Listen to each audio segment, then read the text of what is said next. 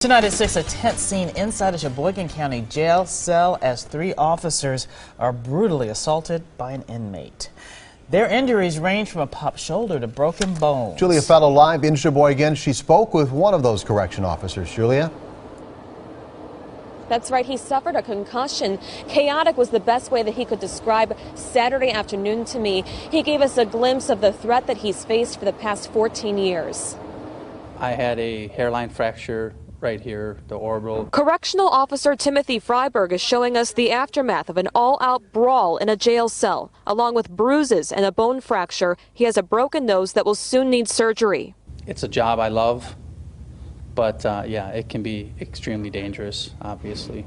It is all said to be done by this man, 25-year-old Markel Hogan of Milwaukee. He is now charged with multiple counts of battery.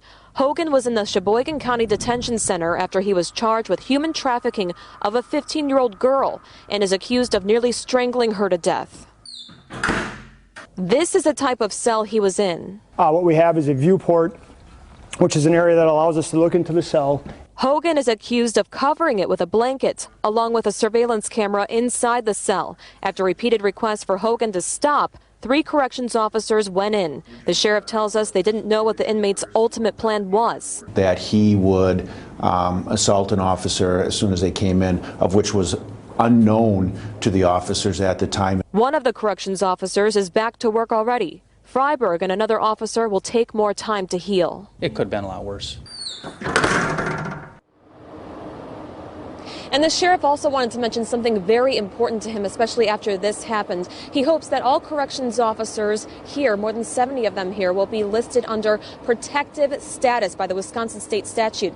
That would allow them to retire at an earlier age, like many other areas of law enforcement can, but they can't right now. Reporting live in Sheboygan, Julia Fellow, today's TMJ4. All right, Julia, thanks.